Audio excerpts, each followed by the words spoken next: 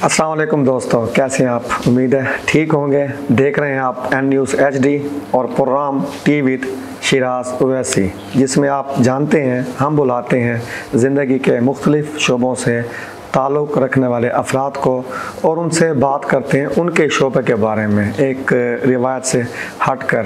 सियासी तबसे तो हमेशा सुनते रहते हैं, लेकिन मैंने कहा कि एक अलग सा मुनफरिद प्रोग्राम का आगाज़ किया जाए, जिसमें जिन शोबा जात पर हम तबसरा करते हैं, तज़िया करते हैं, उन्हीं शोबों से मुंसलिक लोगों को बुलाकर उनसे उनकी जो जदोजहद है उसके बारे में गुफ्तगू की जाए।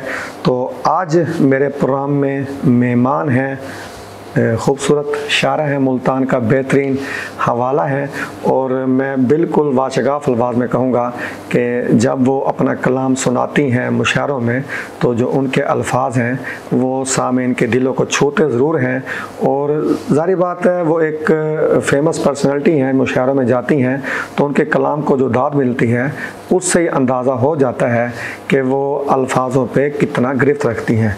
मेरे साथ मौजूद हैं मोहतरमा नौशीन फातिमा। अस्सलाम वालेकुम नौशीन। वालेकुम सलाम। कैसी हैं आप? अल्हम्दुलिल्लाह, आप बताइए।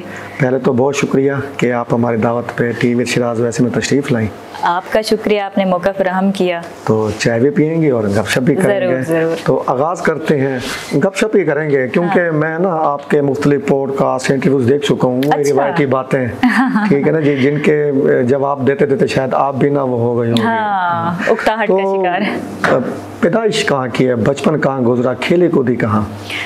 बड़ा दिलचस्प सवाल है। मैं हैरत इस बात की है कि आप भी जिक्र कर रहे हैं कि काफ़ी इंटरव्यूज़ और पॉडकास्ट वगैरह हो चुकी हैं, लेकिन ये सवाल मुझसे किसी ने नहीं पूछा। मेरा बचपन जद्दा में गुजरा है, सऊदी अरब में। अच्छा, पैदाइश वहीं की? मेरी पैदाइश सऊदी अरब की है। बहुत कम लोगों को पता है कि मुझे अरबी ज़ुबान पे भी अबूर हासिल है। अच्छा, ये मेरे ख्याल में जो हमारे नाज़रीन के लिए ब्रेकिंग न्यूज़ ऐसे ही, इसलिए मैं कह रही हूँ अगली फरमाइश आपसे आने वाली है कि अरबी में भी कलाम आप जो है ना लिखा जाए। मेरा बल्कि मंसूबा है, इस बारे में मैं सोच रही हूँ कि मैं अपने कलाम की अरबी ट्रांसलेशन जो है उसको नशर करूँ। ठीक हो गया। तो ये लोगों के लिए नई बात होगी, इसीलिए तो मैं कह रही हूँ कि मुझसे किसी ने लोगों की नई बात इसलिए कह रहा हूँ क्योंकि मेरे लिए भी नई बात है, आपके लिए भी नई बात है। तो मेरा बचपन जो है वो जद्दा में गुजरा। बड़ा अभी भी कभी अगर उम्रा वगैरह के लिए सऊदी अरब जाना हो तो बड़ा नॉस्टैल्जिक सा, बड़ा अच्छा फील होता है। बिल्कुल, पुराने यादें ताज़ा हो जाती हैं। पैदाइश जो होती है, जन्मभूमि, वो किसे अजीज नहीं होती। तो वहीं पले बड़े सऊदी कम्युनिटी में हमारा उठना बैठना था। इब्तिदाई तालीम जो है वो सऊदीया ही के एक स्कूल में थी, गवर्नमेंट स्कूल में। तो जितना ज़्यादा ज़ाहिर है आप इंटरेक्ट करते हैं, जितना ज़्यादा प्रैक्टिस करते हैं लैंग्वेज को, उतनी आपकी गिरफ्त उस पर होती है। तो प्रैक्टिस से ही हमारी गिरफ्त बनी है। ठीक हो गया। अच्छा, आपकी पहचान ना शायरा से है ना? तो शायरी अमूमन हम सुनते हैं, क्योंकि ज़ाहिर बात है भाई, मैं तो सीधी बात करूँ, मैं कोई अदबी तरह का बंदा तो नहीं हूँ ना, हम तो सियासत की पुरखार वादियों के राही हैं। तो शायरी में अमूमन हम सुनते हैं कि महबूब की जुदाई होती है, या कोई जज्बाती लम्हा इंसान की ज़िंदगी में ऐसा आता है जिसका वो मुक़य्यद हो जाता है और उसी के ज़रिए से वो शायरी का आगाज़ करते हैं। आपके साथ भी तो कोई ऐसा नहीं मरला? जी, ऐसा एक ट्विस्ट मेरी ज़िंदगी में आया था जो कि शायरी के आगाज़ का सबब बना, लेकिन उससे पहले भी काफ़ी कुछ ऐसा होता है जो यकजा हो रहा होता है। बचपन से आप किस माहौल में पले बड़े होते हैं, आपका मुताला किस तरह का रहा होता है, वो सारी चीज़ें असरअंदाज होती है ना। और जैसे मैं आपको बता रही हूँ, मल्टीलिंगुअल या बाईलिंगुअल होने की वजह से भी आपकी डिक्शनरी में, वोकैबुलरी में इजाफा। तो जो शख्स 2 या 2 से ज़्यादा ज़ुबानें बोल सकने पर कादिर हो, उसके लिए भी थोड़ा आसान हो जाता है, क्योंकि आप जानते हैं कि उर्दू लश्करी ज़ुबान है। लश्करी ज़ुबान। उसमें अल्फाज का एक बड़ा हिस्सा अरबी से आ रहा है, तो ये चीज़ मुझे एक प्लस पॉइंट देती है। मैंने एक्सपेरिमेंट्स भी किए हैं इस तरह के। मेरी अक्सर मुझ पे ये कहा जाता है मेरे हवाले से कि आपकी शायरी में अल्फाज का चुनाव बहुत ज़्यादा मुश्किल होता है, आम फहम नहीं होता। तो मेरी दोनों तरह की शायरी है, आम फहम भी और अभी आपने ना बात के आगाज़ में कहा था ट्विस्ट हुआ था, तो ट्विस्ट तो नहीं रह बीच में।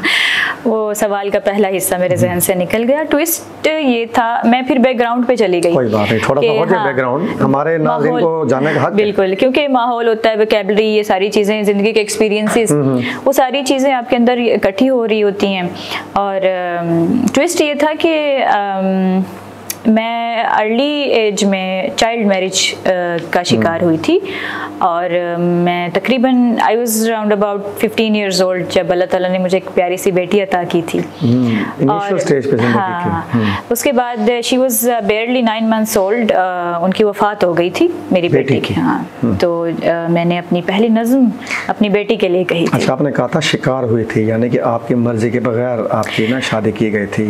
देखें, एक 14-15 साल की लड़की की क्या मर्जी हो सकती है, मतलब हमारे मुआशरे में जिस तरह से शादियां होती हैं आपको पता ही है, और अगर कहीं ना कहीं उससे रजामंदी हासिल कर भी ली जाए तब भी वो क्लैरिटी नहीं होती उसकी थॉट्स के अंदर, फॉर्मेलिटी होती है। हाँ, वो क्लैरिटी नहीं होती उसकी चॉइसेस, उसके डिसीजंस के अंदर वो चीज़ नहीं होती हाँ, जो होनी चाहिए। अच्छा, शायरी होती तो खुदा सलाहियत ही है, लेकिन अमूमन मैंने देखा कि इसमें भी उस्तादों को जिक्र किया जाता है कि इनसे मैंने इस्लाह ली, तो क्या इसमें भी उस्ताद होते और आपके भी कोई उस्ताद हैं?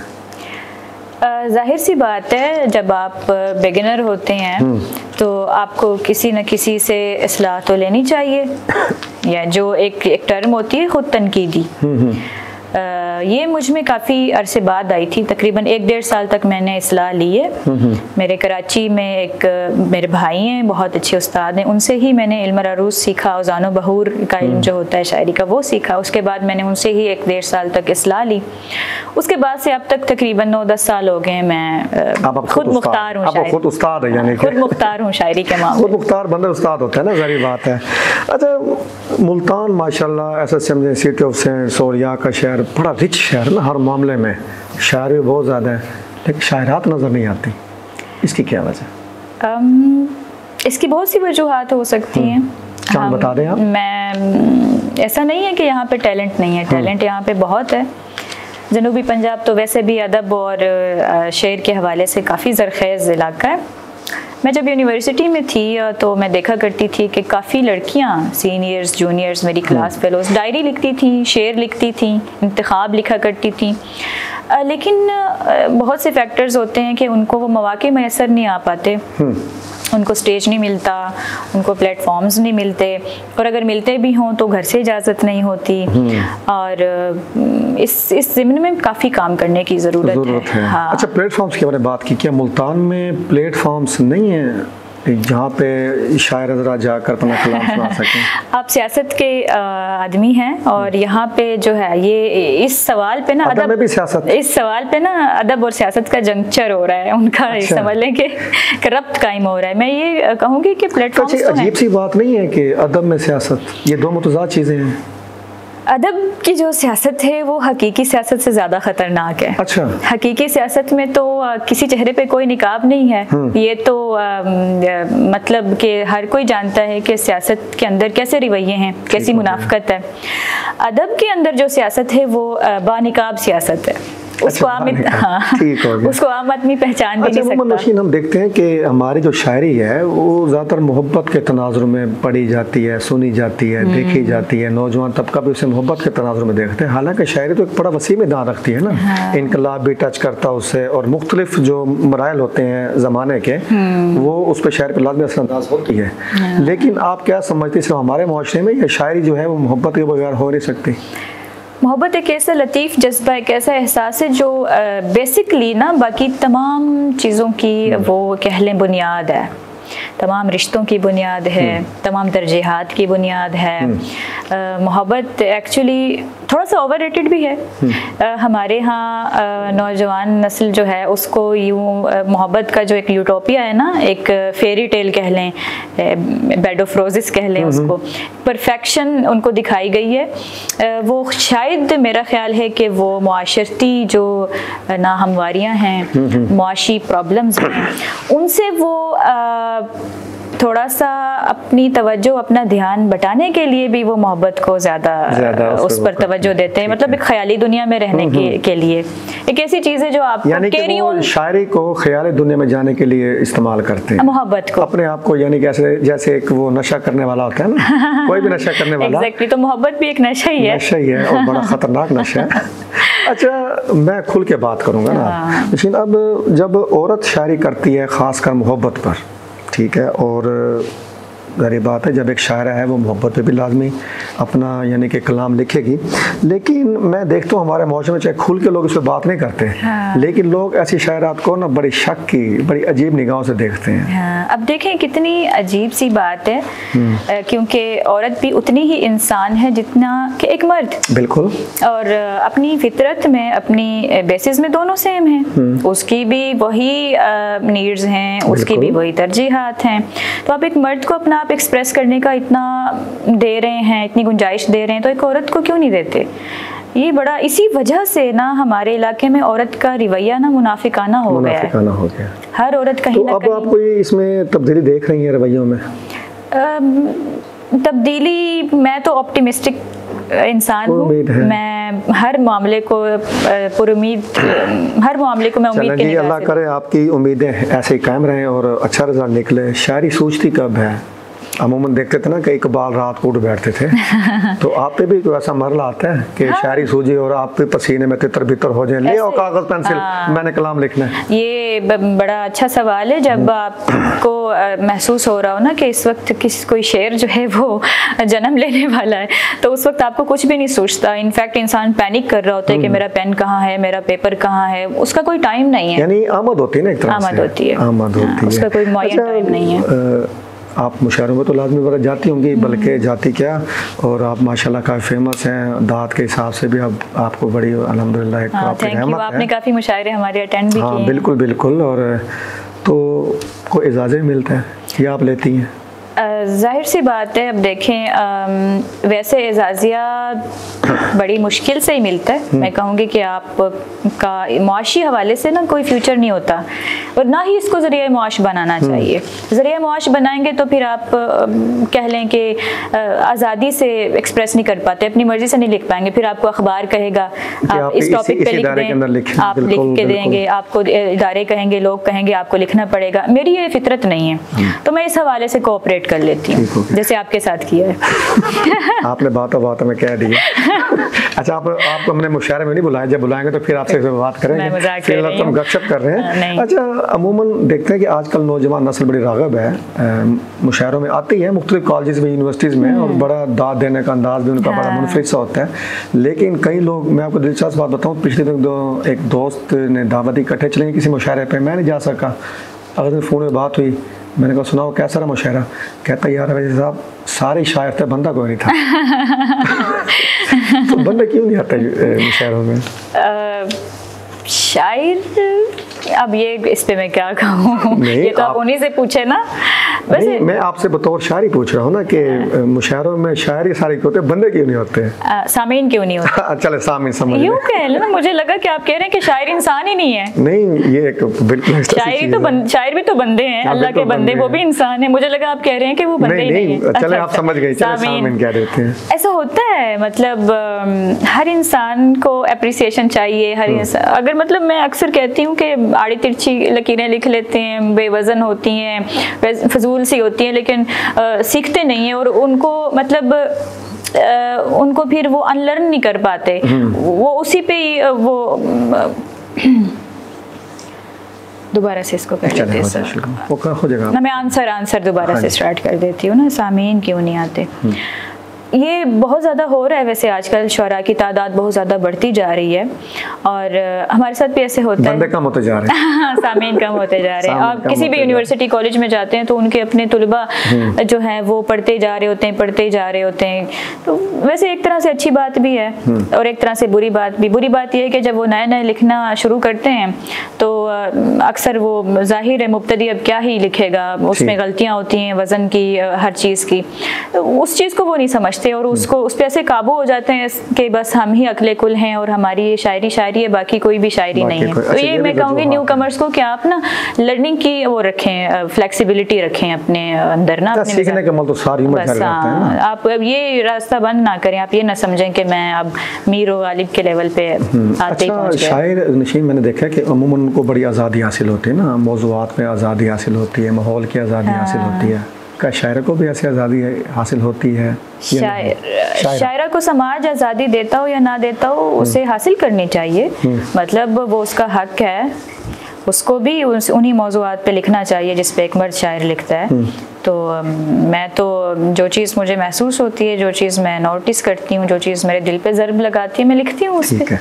अच्छा, दोबारा आते हैं मोहब्बत में। ज़ाहिर बात है शायरी हमारी ज़्यादातर करती है ना, मोहब्बत पे सारा करती है।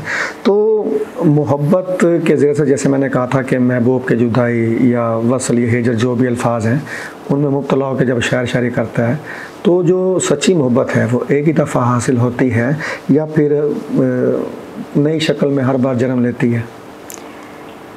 मोहब्बत की जो डेफिनेशन है वो ज़ाहिर है हर इंसान के नज़दीक डिफरेंट है।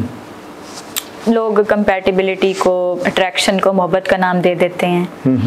मोहब्बत बहुत यूनिक जज्बा है, उतारा जाता है यानी हाँ। ये भी ऐसे समझें जैसे शायरी की आमद होती है, मोहब्बत की भी आमद होती है। और ये उन्हीं दिलों पे, उन्हीं कुलूब पे उतारा जाता है जो इसको सहन करने की काबिलियत रखते हैं, ताकत रखते हैं। बड़ा फर्क है ना।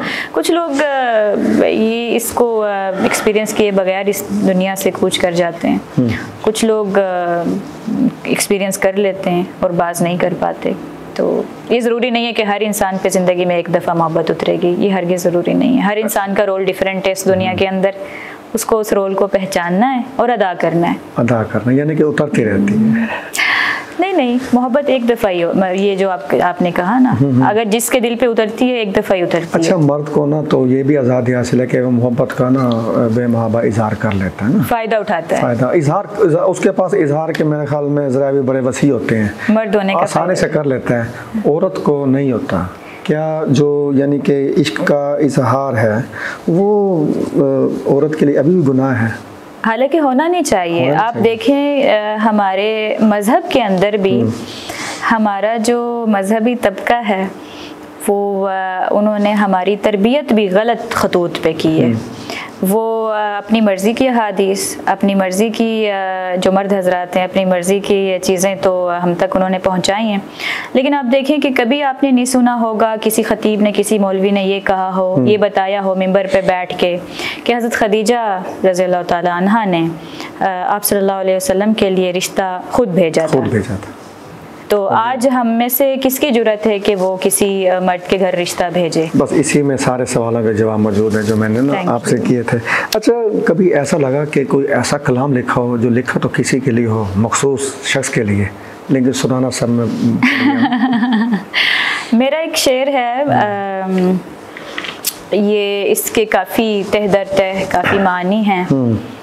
वैसे लोग इसे मोहब्बत के तनाजुर में ही देखते हैं, लेकिन जैसे आपने कहा ये काफ़ी सारे मामलात पे, शोबा हयात पे मुंतबिक हो सकता है, और वो है कि तुमने पहना ही नहीं मेरा पसंदीदा लिबास। मेरा भी पसंद का शेर है। Thank you.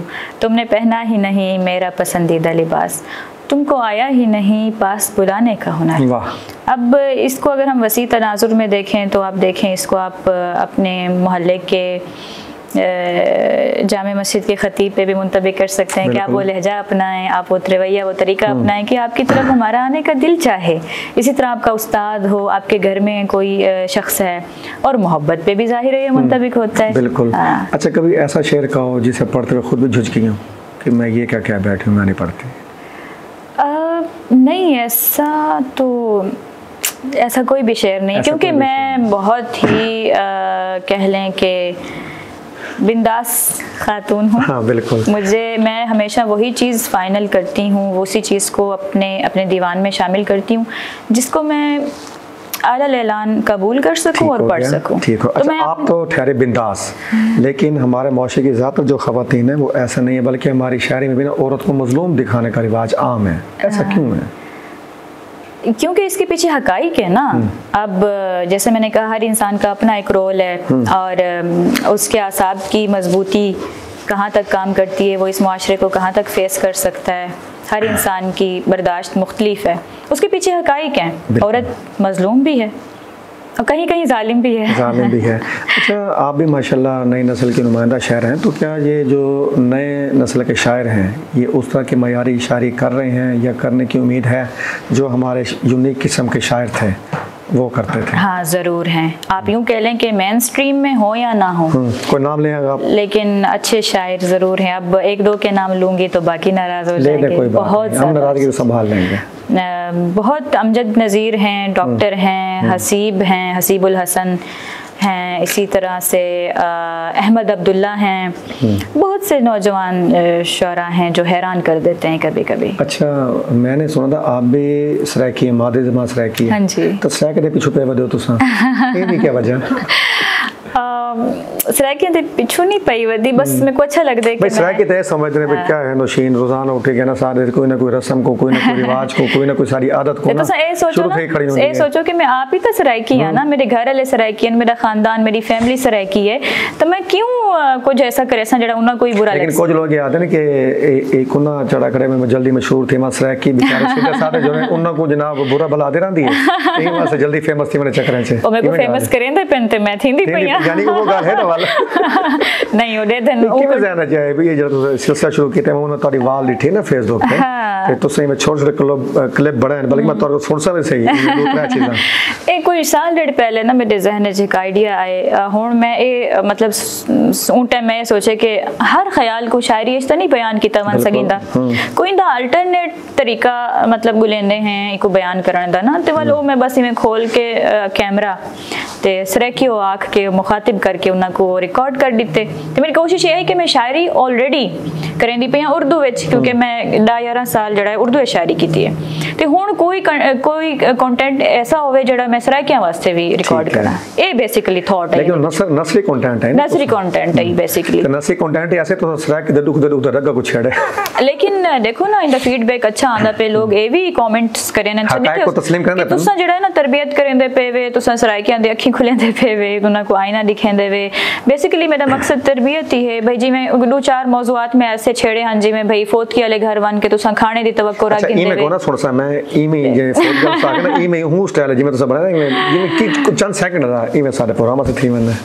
अच्छा, मिसाल दे तौर दे शॉपिंग दा जिवें है भाई साडियां मामा किवें दुकान करना ए तुसा ए मैं समझो मैं इंटरव्यू को नहीं बैठी मैं क्लिप रिकॉर्ड करने बैठी। मेरी एक वीडियो बड़ी वायरल थी है, बड़ी फनी थोड़ी जी फनी अंदाज चाहिए उन्दे च मैं आखा कि सराकियो अगर तुआरे घर कोई नवा काका जमदे तो तुसा अपनी जाल को हलवे नखनी शोरबे खावन दिता करो, उन्दे नाल ना ठोक के बैठे करो नी ता ओ तो अपनी सेहत रिकवर करे सी ते तुसा कुप्पे बन वैसो कुप्पे। अच्छा ये मेरे साथ कुप्पे बहुत नजर देन जी हां। अच्छा हुण कुछ आने दोबारा अपनी उर्दू ज़बान पे, तो अब जनाब हो जाए कुछ शायरी, क्योंकि आप नौशीन फातिमा नाज़रीन हमारे पास आए सिर्फ सवाल जवाब, तो ये भी कोई अच्छी और मुनासिब बात नहीं है, और शायरी उनका कलाम सुने बगैर उन्हें जाने दें ये तो मुमकिन नहीं है। जी नौशीन, ताज़ा अशार हैं मैं सुना देती हूँ। हम हादसों के साथ बदलते रहे मिजाज, हम हादसों के साथ बदलते रहे मिजाज, हम हादसों के साथ बदलते रहे मिजाज, हमको हर एक शख्स समझता है मुख्तलिफ। वाह वाह। तुम शायरा को सूदो ज़िया का बताओगे, ये मेरे सवाल का जवाब ही, यानी मेरे सवाल का जवाब है। नाज़रीन प्रोग्राम उर्दू शायरी में इकट्ठा होगा ना तो इसलिए मिक्सिंग हो रही है। अच्छा जी, थोड़ा सा मुझे याद करने दें, बिल्कुल ताज़ा है, कल ही मैंने लिखा है। ज़बरदस्त, कोई और सुना दे उसके बाद फिर और ये वाला आ जाएगा। तुम शायरा को सूदो ज़िया का बताओगे, तुम शायरा को सूदो ज़िया का बताओगे, वो भी कि जिसने खोए हों मिसरे न जाने क्या। वाह वाह सुभान अल्लाह। और कुछ सादा लफ्ज़ों के भी मानी तुम्हारे बाद, हमने तुम्हारे दुख में निकाले न जाने क्या। ज़बरदस्त। अच्छा नौशीन, कुछ वायरल अशार जिन्होंने आपको जनाब मकबूल बनाया? एक शेर तो मैं सुना चुकी, और उसके अलावा जो आपको यानी कि फरमाइश की जाती है मुशायरों में बार-बार सुनाने की। एक और मेरा शेर है, बड़ा उसकी फरमाइश आती है कि हमेशा अपने हक में हम बस इतना बोल पाए हैं, हमेशा अपने हक में हम बस इतना बोल पाए हैं, हुजूर ऐसा कुछ नहीं जनाब ऐसा कुछ नहीं। और अब के हुस्ने नज़र किताबों पर, चंद सतरें हैं पर किताबों पर, कोई कंधा कहाँ मुयस्सर था, कोई कंधा कहाँ मुयस्सर था, रख दिया मैंने सर किताबों पर। वाह वाह, यानी कि किताब नाज़रीन सिर्फ पढ़ने के लिए नहीं, बेहतरीन साथी भी होती है। नौशीन ने इशारों का नाम है बता दिया। अच्छा नौशीन, कुछ कलाम सराकी में, क्योंकि मैंने कुछ मुशायरों में आपका सराकी कलाम भी सुना है, तो ये तो आपने कह नहीं सकते नहीं कि मैंने सराकी कलाम नहीं लिखा, क्योंकि मैं खुद ऐनी गवाह हूँ। तो सराकी कलाम भी नहीं, सराकी मैंने हाल ही में शुरू की है। 1.5 साल कबल मैंने अपनी पहली सराकी गज़ल कही थी एक दरी मिसरा पर। इकबाल सुकड़ी साहब, अल्लाह उन्हें करवट जन्नत नसीब करे, मैंने उनके तरी मिसरा पर जो है गज़ल कही थी, और वो पहली कोशिश में ही वो बहुत ज़्यादा मकबूल हुई थी। मैं वो सुना देती जी। उंदा इहो हवाला हा, हवाले यो हवाला हा, उंदा इहो हवाला हा, हवाले सांभ रखदा हा। वाह वाह वाह। ओ सफरा तू जो वल्ले हा ता छाले सांभ रखदा हा। कदाही भेज जो देवा हा फुल में कच्चे रंगा दे, कदाही भेज जो देवा हा फुल में कच्चे रंगा दे, ओ उन्हा को भी चुमदा हा ते नाले सांभ। वाह वाह वाह वाह। तजर्बाकार ईवी हा जो हर दौरे मोहब्बत दे, हुनाले सांभ रखदा हा सियाले सांभ रखदा हा। मशीन मैं लफ्ज़ां दी खिलाड़ी हम ते ओ भी ढिग सियाणा हा, मैं लफ्ज़ां दी खिलाड़ी हम ते ओ भी ढिग सियाणा, ओ मेरी गुफ्तगू दे सब हवाले सांभ। वाह वाह। ते तू काले दिल दा उकू आख बानी है जड़ा नौशीन, तू काले दिल दा उकू आख बानी है जड़ा नौशीन, मोहब्बत दे दीवारां दे सुजाले सांभ रखदा हा। नौशीन, बहुत शुक्रिया कि आप हमारे प्रोग्राम में तशरीफ़ लाएं। बहुत शानदार गुफ्तगू हुई आपके साथ, और मेरे ख्याल में मैंने 3-4 बड़े मुख्तलिफ सवालात पूछने की कोशिश की, और लेकिन ना आप उन सवालात में उलझी नहीं, यानी कि सूरज के निकल गई बड़े आराम से, तजुर्बा बोलता है। तो बल्कि इससे ज़्यादा मैं ज़्यादा नवाजिश ये आपकी अदा करूँगा कि आपने माशाल्लाह जो नया कलाम आपने कहा रिसेंटली मैं कल ही लिखा है, वो भी अता किया। बहुत शुक्रिया। इंशाल्लाह आइंदा किसी बड़े प्रोग्राम में या और प्रोग्राम में एक यानी बड़ा पॉडकास्ट है जिसे तफसीलन आपसे ना हम गुफ्तगू करेंगे। Thank you so much. Thank you नाज़रीन, ये था आज का हमारा प्रोग्राम टी विद शिराज वैसी। हमारे साथ थी नौशीन फातिमा, जाना पहचाना नाम, मुल्तान में और मुशायरों में आप उन्हें अमूमन देखते रहते हैं और उनका कलाम भी सुनते रहते हैं। अगले प्रोग्राम में एक नए मेहमान के साथ आपके सामने हाजिर खिदमत होंगे। शिराज को दुआ में लाज़मी याद रखिएगा। इजाज़त चाहता हूँ। अल्लाह हाफ़िज़।